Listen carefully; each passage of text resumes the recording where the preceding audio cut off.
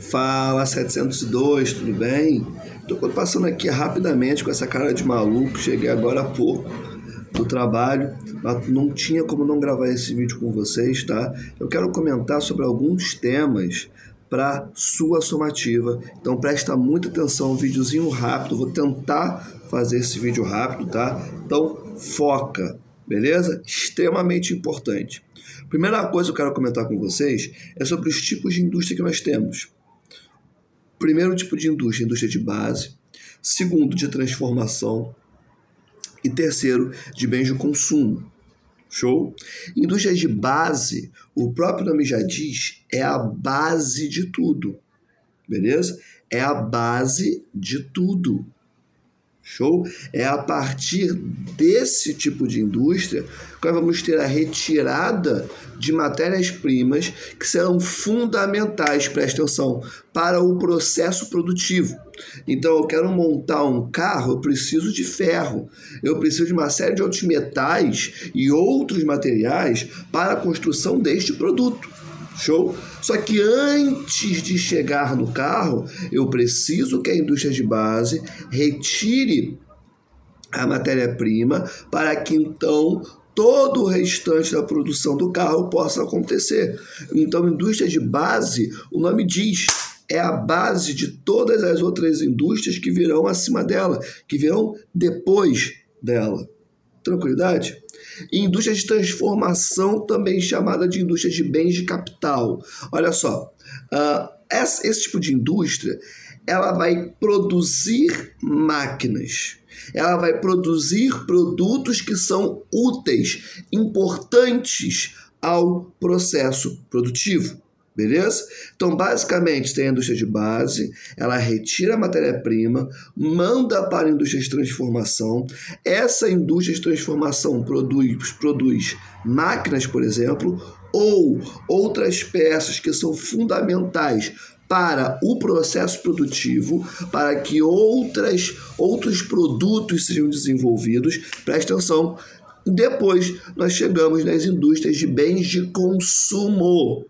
Quando olhamos para essas indústrias, olha o nome, presta atenção, olha o nome, bens de consumo, são bens que serão consumidos, produtos que serão consumidos. Quando você olha para a indústria de bens de consumo, ela pode ser tanto de bens de consumo duráveis como não duráveis. Show de bola? Bens de consumo duráveis, carro, geladeira, micro-ondas. Bens de consumo não duráveis, roupa, indústria têxtil, beleza? Comida, tá? Produzida em indústrias, né? Então, você também vai ter como bens de consumo não duráveis. Então, tudo isso aí é bom ter em mente, tá? Então, esses são os 3 tipos de indústria que nós temos, tá? E eu precisava relembrar vocês sobre isso, que tem muito tempo que está distante, teve um feriado no meio do caminho, não tinha como não gravar esse vídeo para vocês, considerando essa distância tão grande da nossa última aula para agora, tá bem? Olha só, eu fiz uma listinha aqui, por isso que eu estou olhando para cá, tá? Outra coisa que eu quero conversar com vocês, diferença de Taylorismo, Fordismo e Toyotismo. Vamos lá. O Taylorismo foi a primeira ideia, a primeira proposta para se organizar os trabalhadores dentro de fábricas. Nós já conversamos sobre a primeira, segunda, terceira revoluções industriais, tá? Só que lá na primeira revolução, né, você vai ter os trabalhadores dispostos na fábrica.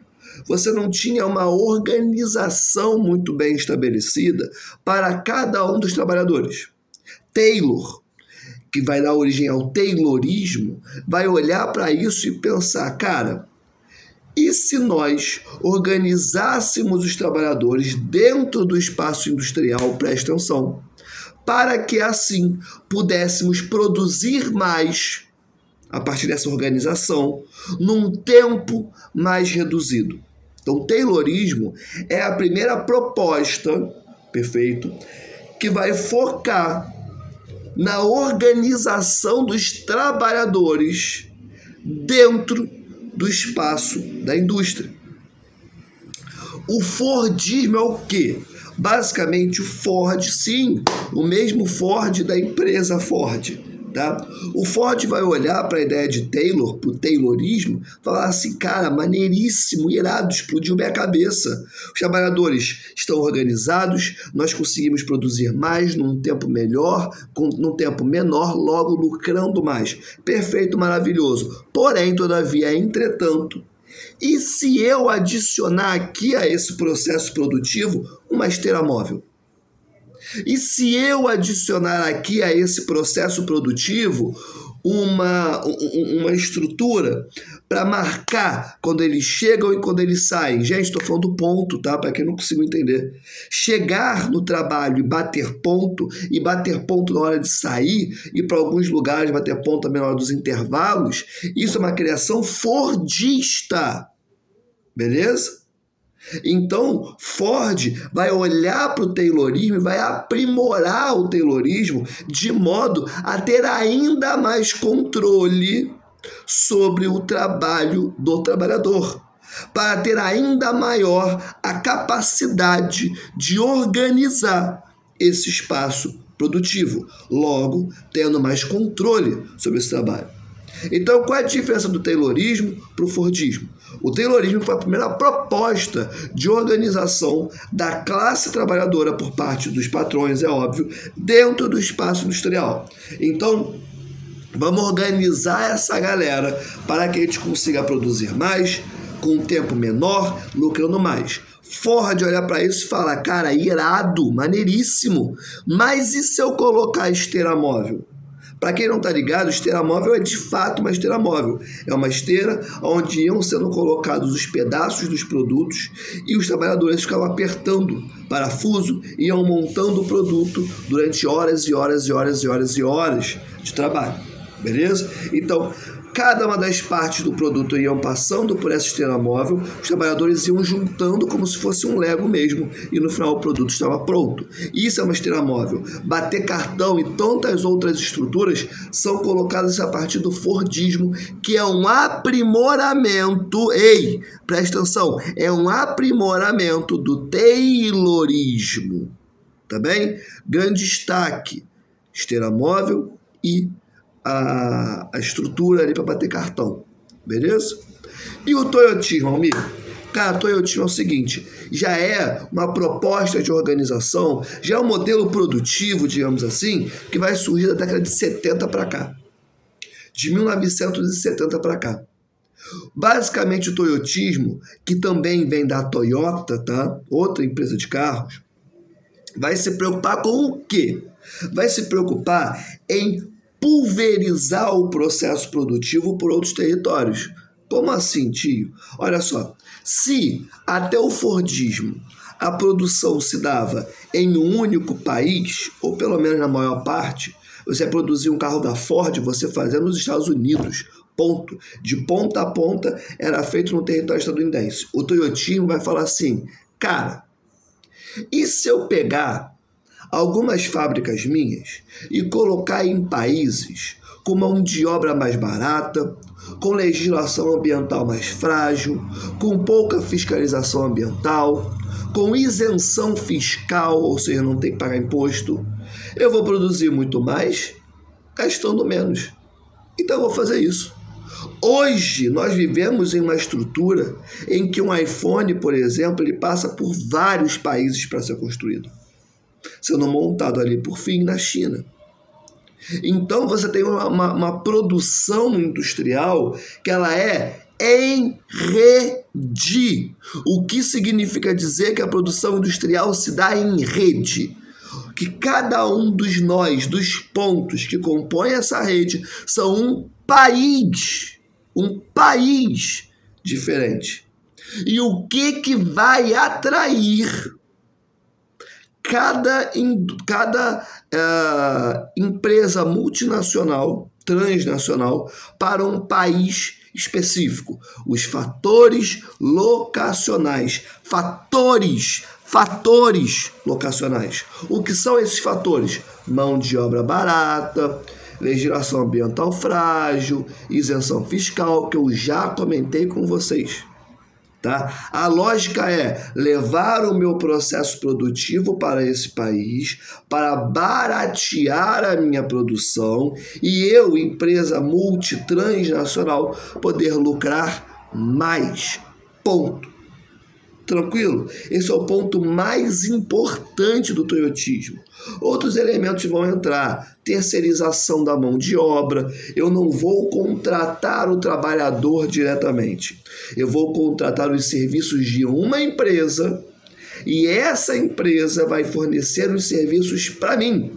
Vai me fornecer o trabalhador. Por que isso é ótimo para empresas multinacionais? Porque assim ela não tem que se preocupar com carteira assinada, com direitos trabalhistas, com 13º, férias remuneradas, nada disso. Quem tem que se preocupar com isso é a empresa que forneceu o trabalhador. Então, para a empresa multinacional é maravilhoso, para o trabalhador não. Para o trabalhador é horroroso. Por quê? Porque ele ganha menos, porque ele não tem acesso a direito trabalhista nenhum, ele não tem vínculo com aquele local onde ele trabalha de segunda a sexta, horas e horas e horas. Ele é só um terceirizado, beleza? Não tem acesso a direitos trabalhistas naquele local onde ele presta serviços. Tranquilidade? Então, mais um ponto aí que vai compor o toyotismo, que é fundamental. Pessoal, consegui falar dos 3 modelos produtivos, muito importante. Na verdade, tudo que eu estou falando aqui é de extrema importância. Então, presta atenção, vamos embora. Outra coisa que eu queria falar é sobre o Exército Industrial de Reserva, que eu não comentei, infelizmente, em sala, estou trazendo aqui para vocês. Exército Industrial de Reserva é uma coisa que no Brasil a gente conhece muito bem. Como assim? Olha só. É uma quantidade de trabalhadores que não estão trabalhando e que, por conta disso, eles acabam contribuindo indiretamente para a redução dos salários e redução dos direitos trabalhistas.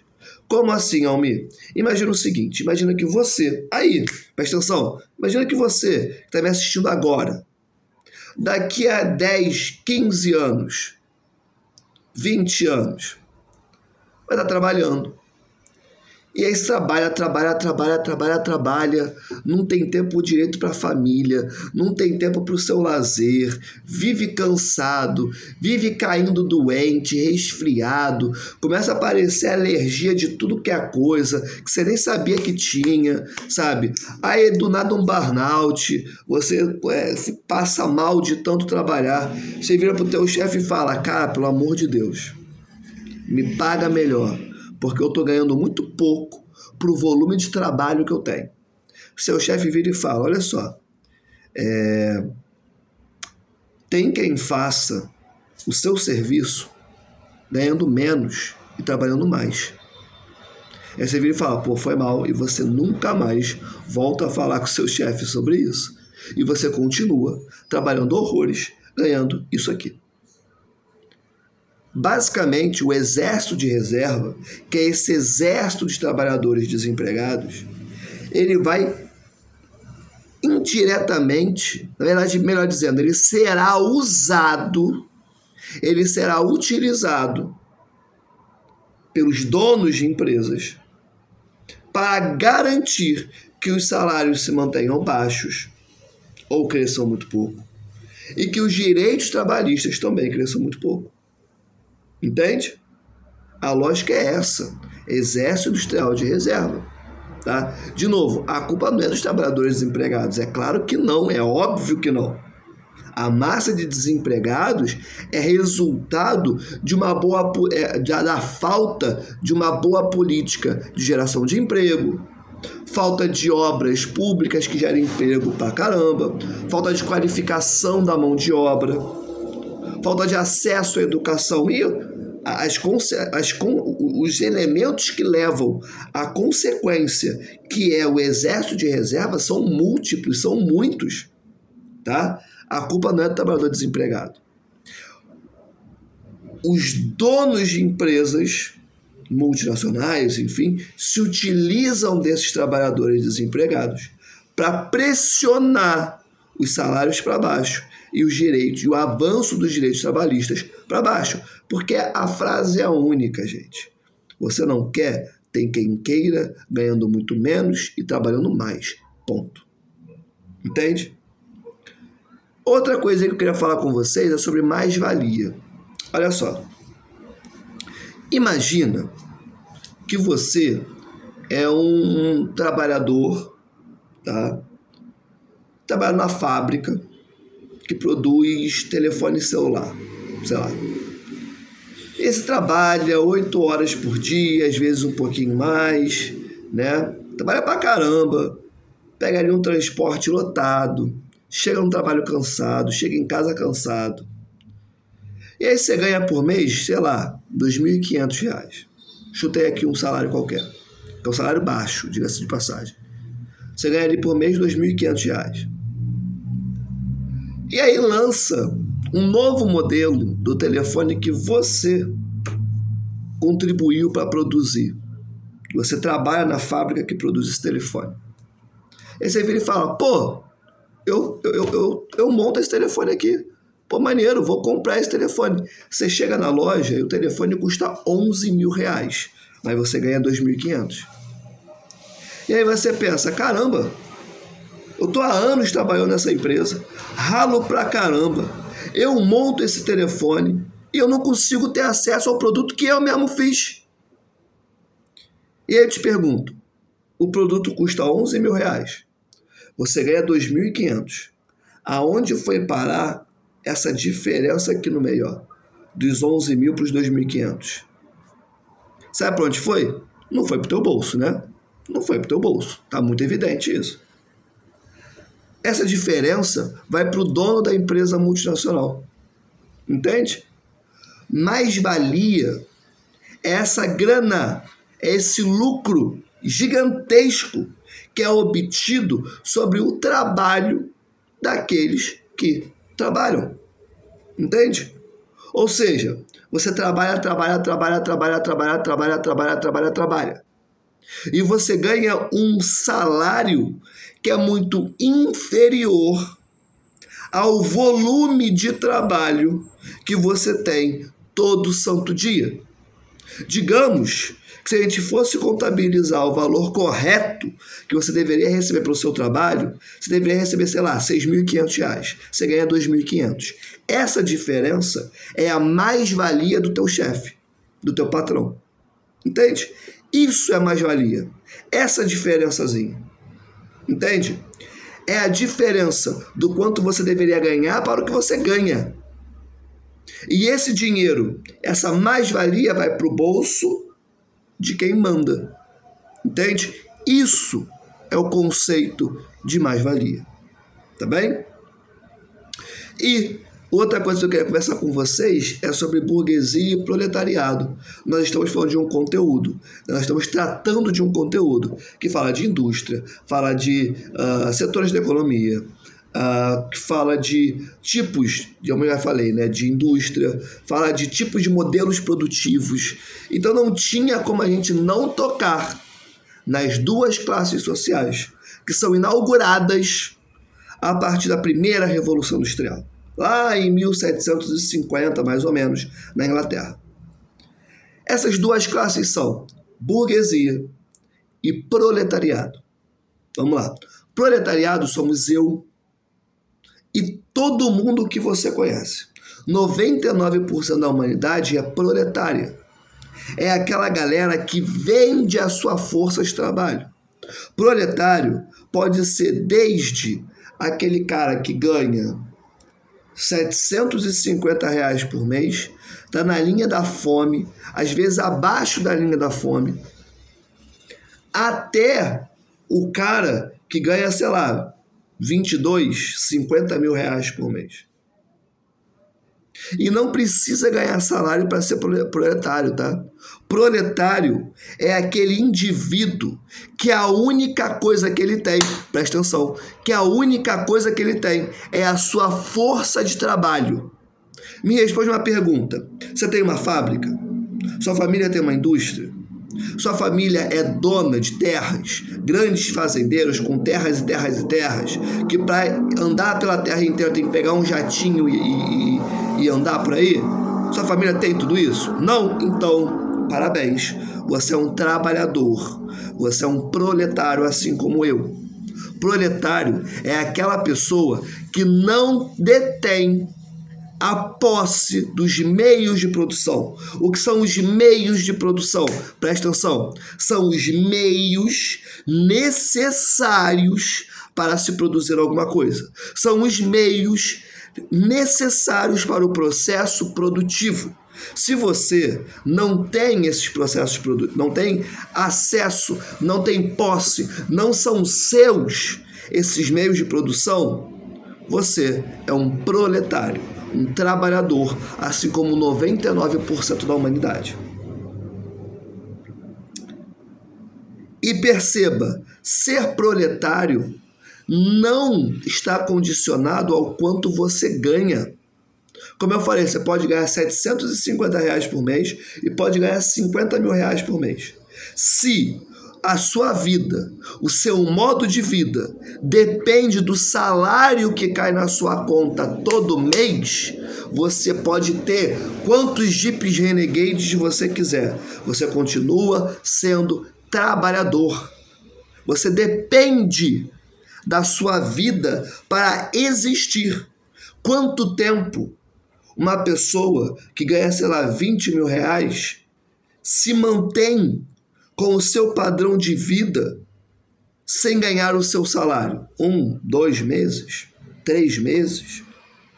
Se a pessoa depende obrigatoriamente do salário que ela recebe do seu trabalho, ela é proletária, independente do salário que ela ganha. Agora, o que é a burguesia? A burguesia é quem paga o salário. E não entenda como burguesia sendo o coordenador da empresa, sendo o diretor, porque esses são trabalhadores também. Burguesia é o dono da empresa. É o dono do meio de produção. Entende? É o proprietário do meio de produção. É o dono da fábrica. É o dono da indústria, é o latifundiário que tem uma fazenda do tamanho de Tocantins. Essa é a burguesia. Perceba, não está condicionado ao quanto o burguês ganha. Até porque o burguês, ele não precisa trabalhar. Exemplo, Elon Musk, acho que é um dos burgueses mais famosos do mundo. Elon Musk é um burguês com B maiúsculo. Ele faz parte de uma outra classe social. E perceba, nada do que eu estou falando aqui é bom, ruim, isso não me importa nesse momento, tá? Não me importa mesmo. Ah, uma classe é boazinha, outra é malvadinha. A vida não é um filme da Marvel, beleza? Não me importa quem é bom, quem é ruim. Eu estou te explicando o que constitui as duas classes que existem na nossa sociedade, beleza? A partir da primeira Revolução Industrial, essas classes passam a existir e é o que norteia a nossa vida até hoje, tá bem? Vamos voltar. O Elon Musk é um burguês com B maiúsculo, ele faz parte de uma outra classe social. O Elon Musk tem bilhões e bilhões e bilhões e bilhões e bilhões e bilhões e bilhões. Vou passar para um outro burguês, o Jeff Bezos, dono da Amazon. Jeff Bezos, em 2020, antes da pandemia, ele tinha uma fortuna que, se eu não me engano, girava na casa de 119 bilhões de dólares. Após a pandemia, a fortuna dele cresceu para 196 bilhões de dólares. Jeff Bezos não precisa trabalhar. Ah, mas ele está constantemente nas fábricas da Amazon, tudo bem. Mas se o Jeff Bezos quiser parar de trabalhar agora, ele tem dinheiro para a vida dele, para a vida dos filhos dele, para a vida dos filhos dos filhos, para a vida dos filhos dos filhos dos filhos, para a vida dos filhos dos filhos dos filhos dos filhos, e assim sucessivamente. Ele sozinho tem mais dinheiro do que grande parte de todos os países da América Central, claro que olhando individualmente. Ou seja, se ele trabalhar é só porque ele quer. Ele não precisa. Perceba a diferença. O proletário, se parar de trabalhar, ele morre de fome. O burguês, se parar de trabalhar, ele viaja para Miami. Entende? A diferença está aí. O burguês, além de ser o dono do meio de produção, dos meios de produção, ele não precisa trabalhar para viver. É isso. Beleza? Essas são as duas classes sociais que norteiam a nossa sociedade e a nossa vida. Tranquilidade? E um burguês, eu comecei falando que todo mundo que você conhece é proletário. Porque um burguês você não vai encontrar no ônibus. Você não vai encontrar no shopping carioca. Você não vai encontrar no Barra Shopping. Você não vai encontrar nem nos shoppings do Leblon, muitas vezes. Burguês, com B maiúsculo, nem no Brasil tá. Com B maiúsculo, burguês está num condomínio fechado, dos mais caros que você vai encontrar na América Latina, pensando em um burguês brasileiro. E ele sai de casa com motorista, volta para casa com motorista. Quando ele quer passear, ele pega um avião dele e vai para a França. Ou pega um voo ali individual, separado, e vai, sei lá, para a Alemanha, vai para a China, para onde ele quiser. Burguês você não encontra andando na calçada. Entende? Essa classe social, nós dificilmente temos acesso. E se temos, é por internet, por televisão, por alguma entrevista que a gente leu. Você não vai encontrar um burguês andando na rua. Tá bem? Pessoal, é isso. Consegui falar sobre os temas principais para a sua somativa, tá? Espero que vocês tenham conseguido compreender uma boa. Qualquer dúvida, coloquem no plural, levem para a sala de aula, tudo bem? E nós estamos juntos. Valeu, beijo no coração. Fui!